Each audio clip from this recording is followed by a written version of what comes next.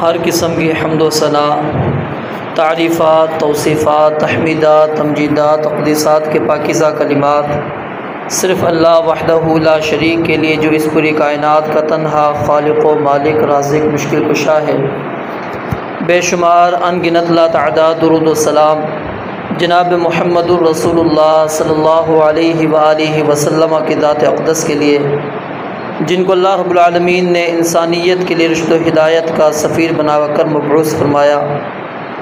مختصر حمد و صلوات کے بعد گزشتہ خطبہ جمعۃ المبارک میں آپ معزز سامعین کے سامنے حسن خاتمہ، اس کی اہمیت اور حسن خاتمہ کا ایک سبب بیان کیا تھا۔ آج مزید اسی گفتگو کو آگے چلاتے ہوئے آپ کے سامنے چند اور اسباب بیان کرنے کی کوشش کروں گا کہ جن کے ذریعے سے انسان اللہ رب العالمین سے یہ امید کر سکتا ہے کہ اس بندے کا خاتمہ بہترین خاتمہ ہوگا، اچھا خاتمہ ہوگا۔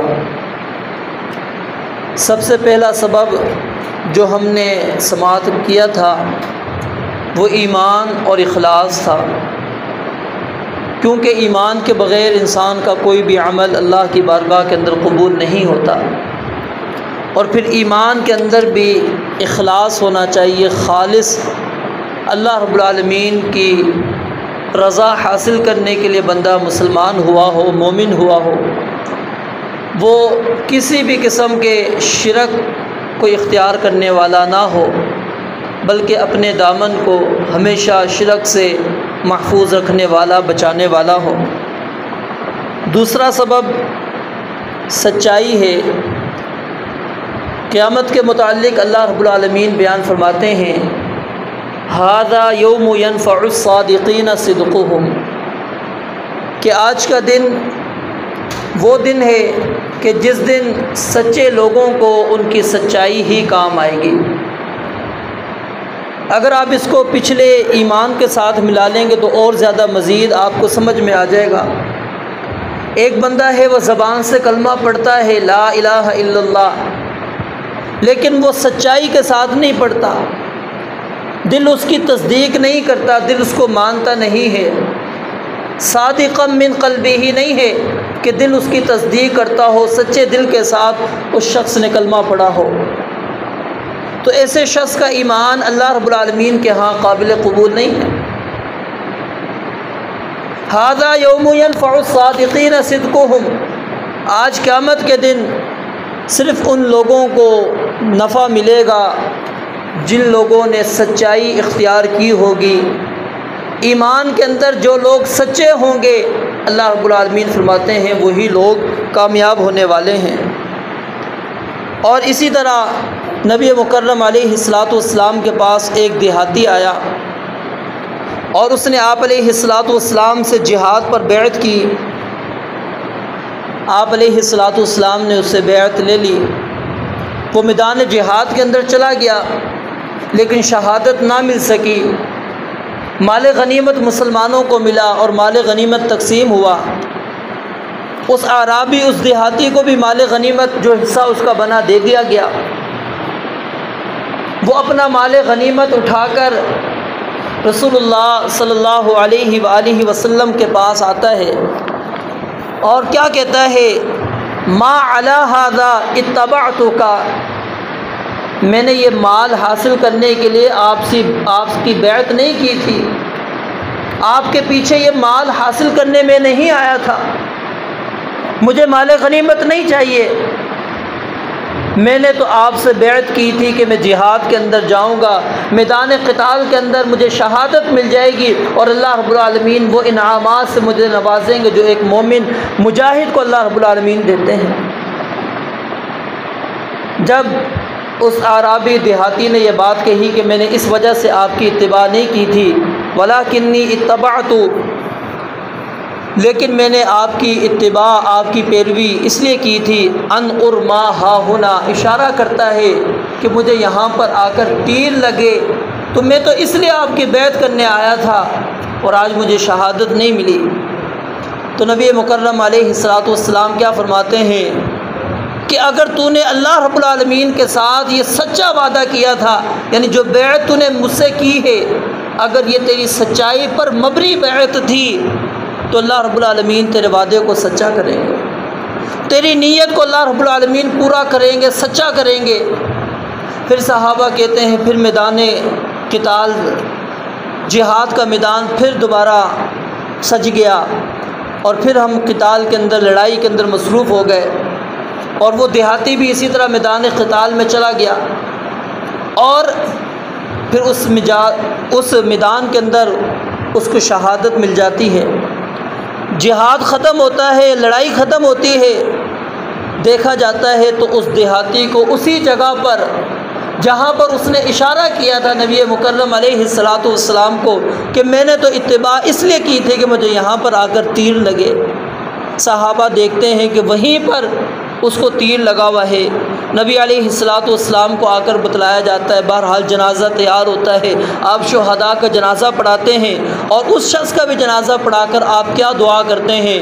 اللہم ان عبدک ھذا خرج مہاجرا فی سبیلک، کہ اللہ یہ تیرا بندہ ہے اور یہ صرف اپنے گھر بار کو اسی لیے چھوڑ کر آیا تھا کہ وہ تیرے راستے کے اندر جہاد کرنا چاہتا تھا، فقتل شہیدا، اور یہ اب مقتول ہو گیا ہے، شہید ہو چکا ہے، وانا شہید علی ذلک، یہ ہے اصل اعزاز کہ رسول مکرم علیہ الصلوۃ والسلام گواہی دے رہے ہیں کہ میں اس پر گواہ ہوں کہ اس نے سچا وعدہ کیا تھا اے اللہ تجھ سے، اور یہ اسی لیے نکلا تھا، اور آج اس کو شہادت مل چکی ہے۔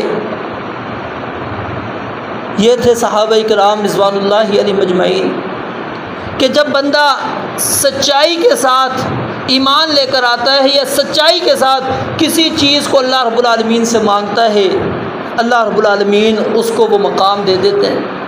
اور اسی طرح نبی مکرم علیہ الصلوۃ والسلام نے فرمایا کہ جو مومن، جو مسلمان اپنے دل کے اندر شہادت کی تمنا رکھتا ہے، اس کی آرزو ہے، امید ہے کہ میں اللہ رب العالمین کے راستے میں شہید کر دیا جاؤں، اگر وہ صادقا من قلبہ ہی، اخلاص کے ساتھ، سچے دل کے ساتھ اس کی یہ تمنا ہوتی ہے، اگرچہ اس کو موت اس کے گھر پر، اس کے بستر پر آئے، اللہ رب العالمین اس کی نیت کی وجہ سے اس کو شہید کا اجر دے دیتے ہیں۔ یعنی نیت اتنی زیادہ انسان کے لیے اہمیت کی حامل ہے۔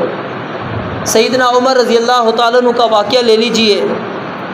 سیدنا عمر کیا دعا کرتے تھے؟ شہادت بھی مانگتے تھے، اور رسول اللہ صلی اللہ علیہ وسلم کے شہر کے اندر موت مانگتے تھے کہ اللہ مجھے شہادت بھی دینا، اور نبی علیہ الصلوۃ والسلام کے اس شہر مدینہ کے اندر مجھے شہادت دینا۔ اور دیکھیں پھر اللہ رب العالمین نے کیا ان کی اس دعا کو قبول نہیں کیا کہ شہادت بھی ملی، اور مدینہ کے اندر ہی ان کو شہادت ملی۔ یہ کب؟ جب بندہ اخلاص کے ساتھ، جب بندہ سچے دل کے ساتھ وہ کسی چیز کو اختیار کرتا ہے، اللہ رب العالمین اس کی سچائی کے مطابق اس کے ساتھ معاملہ کرتے ہیں۔ تو آج ہمیں بھی اپنا جائزہ لینا چاہیے کہ اگر ہمارا ایمان سچائی پر مبنی ہے، اللہ کا ڈر اور خوف سچائی پر مبنی ہے، تو یقیناً یہ ہماری سچائی قیامت کے دن ہمیں کام دے دے گی، یہ ہمیں نفع دے دے گی، یہ اللہ کے عذاب سے ہمیں بچا لے گی۔ یہ حسن خاتمہ کے انسان کی دلیل ہے کہ اس بندے کا ایمان سچا ہے، اور اللہ رب العالمین بھی اس کو پھر وہ خاتمہ اچھا کرتے ہیں۔ اور اسی طرح استقامت، آج اگر ہم معاشرے کے اندر نظر دوڑاتے ہیں، سب سے بڑی کمزوری جو مسلمانوں کے اندر ہمیں نظر آتی ہے وہ کیا ہے؟ راہ حق پر استقامت ہمیں نصیب نہیں ہے۔ ہماری مثال شاید اس طرح ہے، من یعبد اللہ علی حرف، ہم ایک کنارے پر کھڑے ہو کے اللہ تعالیٰ کی عبادت کر رہے ہوتے ہیں، فإن أصابه خیر اطمأن به، اگر خیر ملتی ہے ہم اس پر ڈٹے رہتے ہیں اور جمے رہتے ہیں، چلتے رہتے ہیں، وإن أصابته فتنة، اور اگر کوئی آزمائش آ جائے، کوئی تکلیف آ جائے، انقلب علی وجہہ، وہیں سے ہم پیچھے واپس آ جاتے ہیں۔ خسرت دنیا والآخرہ، اللہ رب العالمین فرماتے ہیں ایسا انسان کہ جو ایک کنارے پر کھڑا ہے اور وہ نفع اور نقصان کے مطابق اپنا فیصلہ کرتا ہے، کیا ایمان قبول کرنا، مسلمان ہونا یہ میرے لیے بہتر ہے یا نہیں۔ وہ دیکھتا ہے فوائد ملتے ہیں تو مطمئن رہتا ہے، کوئی تکلیف آتی ہے پیچھے ہو جاتا ہے۔ خسرت دنیا والآخرہ، اللہ فرماتے ہیں اس کی دنیا بھی تباہ ہو گئی، اس کی آخرت بھی تباہ ہو گئی۔ نبی مکرم علیہ الصلاۃ والسلام کے پاس صحابہ آتے ہیں، آپ سے وصیت طلب کرتے ہیں، آپ کیا کہتے ہیں؟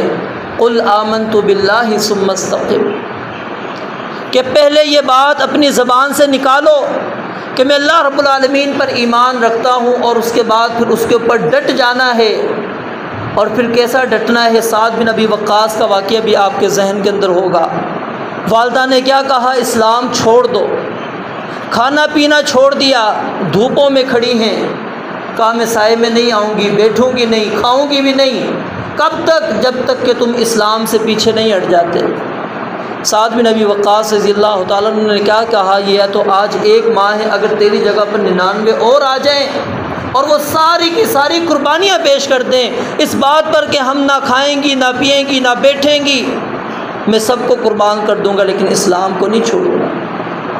سیدنا بلال کا واقعہ اٹھا لیجئے، آل یاسر کا واقعہ اٹھا لیجئے، یہ استقامت پر مبنی واقعات ہیں ہمارے سامنے۔ اب دیکھیں نا سیدنا بلال رضی اللہ تعالیٰ عنہ کی اذیت، کیا آج تک اس کے بعد سے کوئی مسلمان کہہ سکتا ہے وہ اذیت، وہ تکلیف جو سیدنا بلال رضی اللہ تعالیٰ عنہ کو دی جاتی تھی جی مجھے ملی ہے اسلام کی وجہ سے؟ نہیں، ہمیں اسلام کی وجہ سے وہ آج تکالیف نہیں آئی۔ صرف ایک مطالبہ ہوتا تھا کہ کہہ دو اللہ رب العالمین کے ساتھ شریک ہے، وہ کہتے تھے نہیں، احد احد، وہ اکیلا ہے، اکیلا ہے، اس کا کوئی شریک نہیں۔ جو تم اذیتیں دینا چاہتے ہو، تکالیف دینا چاہتے ہو، جس طرح بھی دینا چاہتے ہو دے دو، میں اسلام کو نہیں چھوڑنے والا۔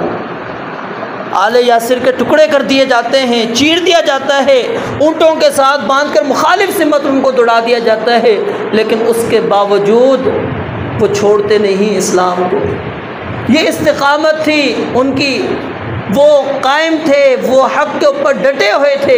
اور اللہ رب العالمین فرماتے ہیں ان الذین قالوا ربنا اللہ ثم استقاموا، کہ جن لوگوں نے یہ کہا ہمارا رب اللہ ہے پھر اس کے اوپر وہ ڈٹ گئے، تتنزل علیہم الملائکۃ، ان کے اوپر اللہ کے فرشتے نازل ہوتے ہیں، اور فرشتے ان کو کیا کہتے ہیں؟ اللہ تخافوا ولا تحزنوا، اب نہ تمہیں خوف کرنے کی ضرورت ہے اور نہ ہی تمہیں کسی قسم کا غم پچھتاوا ہونا چاہیے۔ وَأَبْشِرُوا بِالْجَنَّةِ الَّتِي كُنْتُمْ تُوعَدُونَ، کیا ہوگا؟ یہ موت آ جائے گی، تمہاری زندگی ختم ہو جائے گی، اس کے بعد تمہیں جنت کا اللہ وعدہ کرتا ہے، جو تم سے وعدہ ہے اس کی بشارتیں سناتے ہیں۔ نحن اولیاؤکم فی الحیات الدنیا وفی الآخرہ، دنیا میں بھی ہم تمہارے ولی ہیں، دوست ہیں، اور آخرت میں بھی تمہارے دوست ہیں۔ یہ اللہ رب العالمین کن لوگوں کو یہ مقام دے رہے ہیں کہ فرشتے اتر رہے ہیں، فرشتے ان کو خیر کہہ رہے ہیں، نہ خوف ہے نہ غم ہو تمہارے اوپر، جو ایمان کے اوپر استقامت اختیار کر لیتے ہیں، مسلمان ہونے کے بعد ڈٹ جاتے ہیں۔ میں اپنا جائزہ لوں، میری نماز میں 1 پڑھتا ہوں، 2 پڑھتا ہوں، تیسری چھوڑ دیتا ہوں، چوتھی پڑھتا ہوں، 5ویں چھوڑ دیتا ہوں، یہ استقامت نہیں ہے۔ کتنے ہی کم مسلمان ایسے ہیں جو 5 نماز باقاعدگی کے ساتھ اہتمام کر کے ادا کرتے ہو۔ نماز پڑھتے ہیں، کوئی 1 پڑھ رہا ہے، کوئی 2، کسی نے 3، کسی نے 4، کسی نے 5۔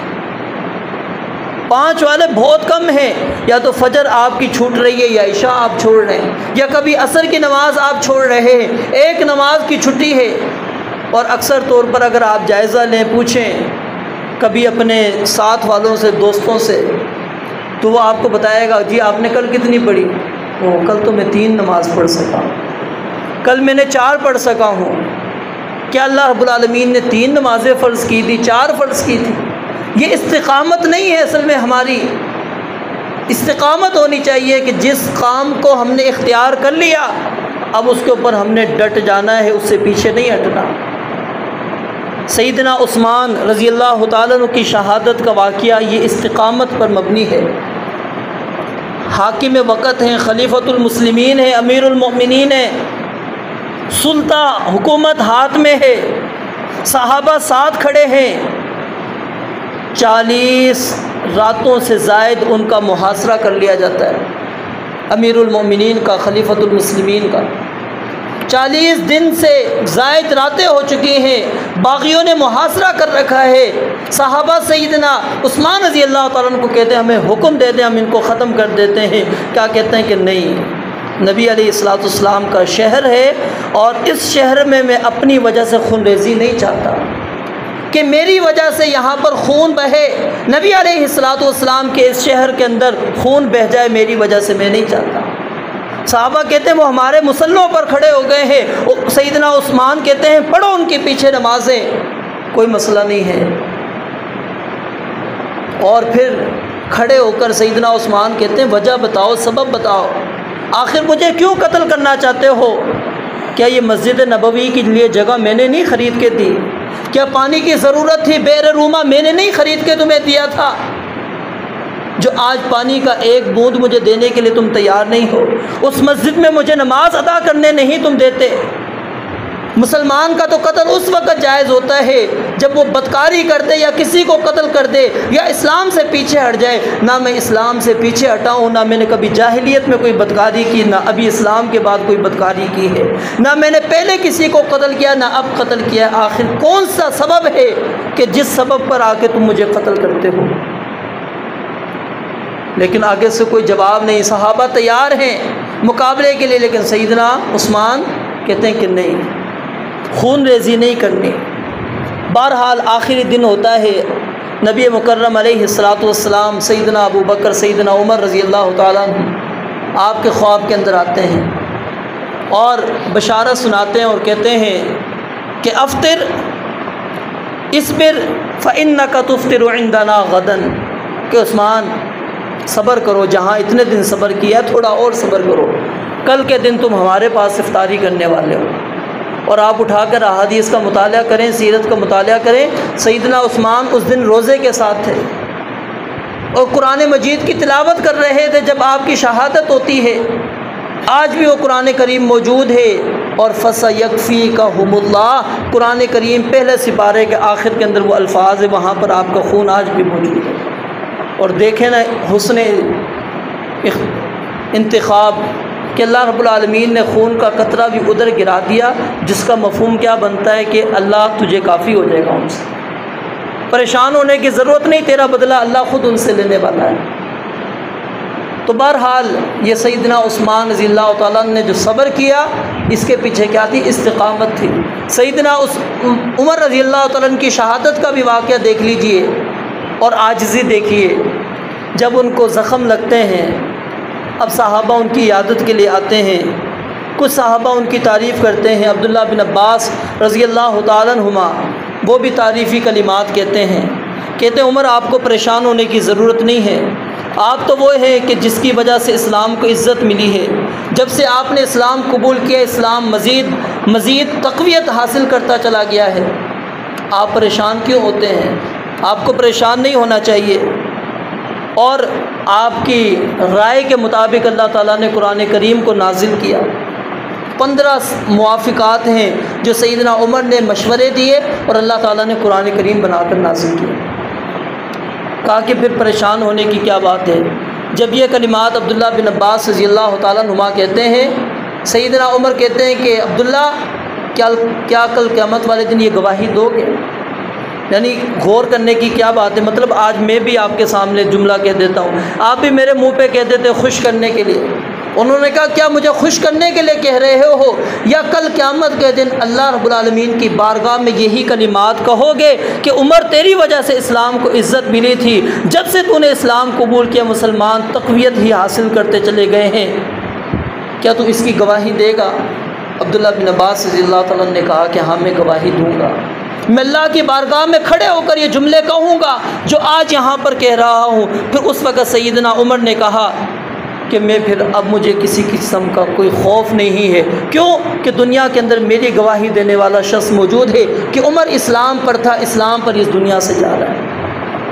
یہ صحابہ کرام رضوان اللہ علیہ مجمعین کی استقامت آخر وقت میں بھی اپنے آپ کو اس کے اوپر ثابت قدم ثابت کرنے کی کوشش کر رہے ہیں کہ کیا واقعی ہم اسلام پر کھڑے ہیں، اور زندگی اٹھا کے دیکھیے تکالیف سے بھری ہوئی۔ اور اسی طرح انسان کو اچھا خاتمہ اس وقت نصیب ہوتا ہے جب انسان توبہ کرتا ہے، اللہ رب العالمین کی طرف رجوع کرتا ہے، اپنے گناہوں کو چھوڑ دیتا ہے۔ ایک مرتبہ یہ ذہن میں اپنے بٹھا لیں بات، اگر میرے پاس قرآن کی کوئی دلیل نہ پہنچی ہو، حدیث کی بھی کوئی دلیل نہ پہنچی ہو، یہ جو اللہ تعالیٰ نے ہمیں عمر دی ہے، یہ ہماری عمر ہی کل قیامت کے دن ہمارے خلاف دلیل ہوگی۔ قرآن و حدیث نہ بھی پہنچے، اللہ کا حکم نہ آیا ہو، لیکن ہماری عمر کل قیامت کے دن ہمارے خلاف حجت قائم کرے گی۔ اور قرآن کریم نے اس کو بیان کیا ہے، اولم نعمرکم ما یتذکر فیہ من تذکر، کیا ہم نے تمہیں وہ عمر نہیں دی تھی کہ جس کے اندر نصیحت حاصل کرنے والا شخص نصیحت حاصل کر لیتا؟ ہم نے تو عمر دی تھی تمہیں۔ اور نبی علیہ الصلوۃ والسلام نے فرمایا کہ اللہ رب العالمین جس بندے کو 60 سال عمر دے دیں، اس بندے کا عذر ختم ہو گیا، اب وہ یہ نہیں کہہ سکتا مجھے تو اسلام کا حکم ہی نہیں پہنچا، نہیں، یہ عمر ہی اس کے خلاف دلیل ہوگی۔ آج اگر ہم دیکھیں، صرف اس وجہ سے ہم گناہوں کو نہیں چھوڑ رہے ہوتے کہ جی اگر گناہ کو ابھی ترک کر دیا، نیکی کو اختیار کیا، لوگ کیا کہیں گے۔ لیکن اگر انسان ایک قطرہ آنکھوں سے بہاتا ہے، ایک آنسو بہاتا ہے، نبی مکرم علیہ الصلوۃ والسلام کیا فرماتے ہیں، عین بکت من خشیت اللہ، وہ آنکھ جس کی آنکھ سے ایک قطرہ گر پڑا اور اللہ کے ڈر اور خوف سے وہ رو پڑا، قیامت کے دن اللہ رب العالمین نے اس کے اوپر جہنم کی آگ کو حرام کر دیا۔ وہ 99 شخص کا قتل کا واقعہ آپ کے ذہن میں موجود ہوگا، 99 قتل کر چکا ہے، احساس ہوتا ہے توبہ کا کہ اللہ کی طرف رجوع کروں، بڑے گناہ کر لیے، بڑی زندگی گناہوں والی گزار دی۔ کسی کے پاس جاتا ہے، مسئلہ پوچھتا ہے، وہ کہتا ہے کہ بھائی 99 قتل کر آئے ہو، معافی کس بات کی؟ آج ہمارے پاس بھی کوئی آتا ہے، ہم یہی کہتے ہیں نا کہ جتنے عرصے سے تم نے یہ کام کیا، کیسے معافی ہونے والی ہے؟ اس نے کہا چلو معافی تو ہونے والی نہیں، 100 تو پورا کروں نا، اس کو بھی قتل کر دیا۔ پھر اس کے بعد دوبارہ اس کو احساس ہوا کہ نہیں گناہوں کی زندگی میں بسر کر رہا ہوں، 100 میں نے قتل کر لیے ہیں۔ پھر کسی کے پاس جاتا ہے، وہ کہتا ہے کہ ہاں آپ کی توبہ ہو سکتی ہے، لیکن شرط یہ ہے کہ آپ فلاں بستی کے اندر چلے جائیں، وہاں پر نیک بندے ہیں، ان کی صحبت اختیار کریں، ان کو جا کے اپنا مسئلہ بیان کریں۔ اب یہ بندہ اخلاص کے ساتھ توبہ کر رہا ہے، اخلاص کے ساتھ توبہ کی ہے، اس نے گھر سے نکل پڑتا ہے، ابھی چند قدم ہی چلتا ہے کہ فرشتہ روح قبض کرنے آ جاتا ہے۔ اور حدیث کے اندر جیسا کہ پہلے آپ کے سامنے ایک دفعہ روایت بیان کی تھی کہ اگر نیک ہوتا ہے تو نیک فرشتے آئے ہوئے ہوتے ہیں ساتھ، اگر وہ شخص بد ہوتا ہے تو بد روح کو لینے والے فرشتے آئے ہوئے ہوتے ہیں۔ اب اس شخص کی موت کا جب وقت آیا، دونوں قسم کے فرشتے آ گئے۔ اب جو نیک تھے، یعنی جو نیک روح لے کر جاتے تھے، انہوں نے کہا کہ نہیں ہم اس کی روح کو ہم لے کر جائیں گے۔ جو بد کی روح لے کر جاتے تھے، انہوں نے کہا نہیں ہم لے کر جائیں گے، اس نے 100 قتل کیے ہیں، پوری زندگی اس نے گناہوں کے اندر بسر کر دی، گزار دی ہے، تو اس کی روح ہم لے کر جائیں گے۔ جھگڑا ہو گیا، رب العالمین کے پاس جاتا ہے معاملہ، اللہ رب العالمین فرماتے ہیں چلو ایسا کریں کہ تم زمین کو ناپ لو، جو مسافت کے لحاظ سے قریب ترین جگہ ہوگی، اگر نیک لوگوں کی مجلس وہ بستی اس کے قریب ہے تو اس کا شمار اس کے اندر کر دیا جائے گا، اگر بد لوگوں کی بستی اس کے قریب ہوگی تو اس کے ساتھ اس کا معاملہ کر دیا جائے۔ اب یہ اللہ کی رحمت کا اندازہ لگائیے، رب العالمین جب معاف کرنے پر انسان کو آتا ہے تو پھر اللہ رب العالمین کو صرف ایک بہانہ چاہیے ہوتا ہے۔ اللہ تعالیٰ یہ واقعہ ہمارے لیے بہت بڑی دلیل ہے کہ اگر کوئی بندہ سمجھے کہ اللہ رب العالمین عذاب دینا نہیں چاہتا، بندوں کو تکلیف دینا نہیں چاہتا، جہنم میں ڈالنا رب العالمین انسان کو نہیں چاہتا، اگر چاہتا ہوتا اس بندے کو اٹھا کر جہنم میں ڈال دیتے کہ 100 قتل کر آیا ہے، ٹھیک ہے توبہ تو کر لی ہے لیکن ابھی پہنچا تو نہیں نا منزل کے اوپر، کیسے اس کی توبہ قبول کر لی جائے؟ اٹھاؤ اس کو جہنم کے اندر ڈال دو۔ نہیں، حکم دے دیا گیا اس بستی کو جو نیک لوگوں کی تھی قریب ہو جائے، اس کو حکم ملا کہ دور ہو جائے۔ مسافت ناپی جاتی ہے، مجلس نیک لوگوں کی جو بستی تھی وہ قریب ترین ہے، اور وہ دور ترین ہو گئی۔ یہ اللہ رب العالمین نے اس طرح اس بندے کے ساتھ معاملہ کیا۔ اور اسی طرح نبی مکرم علیہ السلام نے ایک موقع پر صحابہ کرام رضوان اللہ علیہ مجمعین کو تنبیہ کرتے ہوئے یہ بات بیان فرمائی کہ میں چند ایسی قوموں کو جانتا ہوں جو میری امت میں ان کا شمار ہوگا، اور قیامت والے دن وہ آئیں گے اور اتنی نیکیاں ہوں گی جس طرح تہامہ پہاڑ ہے، اتنی نیکیاں ان کی ہوگی، لیکن اللہ رب العالمین ان نیکیوں کو بکھیر دے گا، اڑا دے گا اللہ رب العالمین۔ ایک طرف کیا واقعہ سنا ہم نے، گناہ ہیں، لیکن اللہ رب العالمین انابت، توبہ، استغفار کی وجہ سے رب العالمین معاف کر رہے ہیں۔ اور یہاں پر پہاڑ ہیں نیکیوں کے، اس شخص کے تہامہ پہاڑ کے برابر نیکیاں اس شخص کی موجود ہے، لیکن اللہ رب العالمین بکھیر دیں گے۔ صحابہ کرام رضوان اللہ علیہ مجمعین نے سوال کیا کہ آخر اتنی ساری نیکیاں ہونے کے باوجود اس بندے کی ساری نیکیاں کیوں تباہ ہو جائیں گی؟ آپ نے فرمایا کہ اذا خلو بمحارم انتہکوها، اصل وجہ یہ ہے کہ جب یہ علیحدگی میں ہوتے تھے تو اللہ رب العالمین کی حرمتوں کا ارتکاب کیا کرتے تھے، یعنی لوگوں کے سامنے سچے، اچھے، نیک، صالح، اور جب اکیلا ہوتا تھا گناہوں کے اندر چل پڑتا تھا، اور اللہ رب العالمین کے حرام کردہ جو معاملات تھے ان کے اندر یہ بندہ گھس جایا کرتا تھا۔ اسی وجہ سے اس بندے کی صرف نیکیاں ضائع ہو رہی ہیں۔ تو میرے بھائیوں، بندے کا ظاہر اور باطن ایک جیسا ہونا چاہیے، جیسے انسان کی جلوت ہے ویسے ہی خلوت ہونی چاہیے۔ اور پھر کچھ یہاں پر اور بد نصیب انسان وہ ہوتا ہے جو خلوت کے اندر گناہ کرنے کے بعد اس گناہ کو لوگوں کے سامنے پیش کرتا ہے۔ ایک تو نا میں نے خلوت میں گناہ کیا، میرا رب جانتا ہے یا میں جانتا ہوں، تیسرا بندہ کوئی نہیں جانتا، لیکن صبح اٹھتا ہے، نبی علیہ السلام نے فرمایا وہ لوگوں کو بیان کرنا شروع کر دیتا ہے۔ اب وہ بیان کیوں کر رہا ہوتا ہے؟ کیونکہ وہ بظاہر سمجھ رہا ہوتا ہے میں نے بڑا تیر مارا ہے، میں نے یہ اتنا بڑا گناہ کر لیا ہے، بڑا تیر مارا ہے۔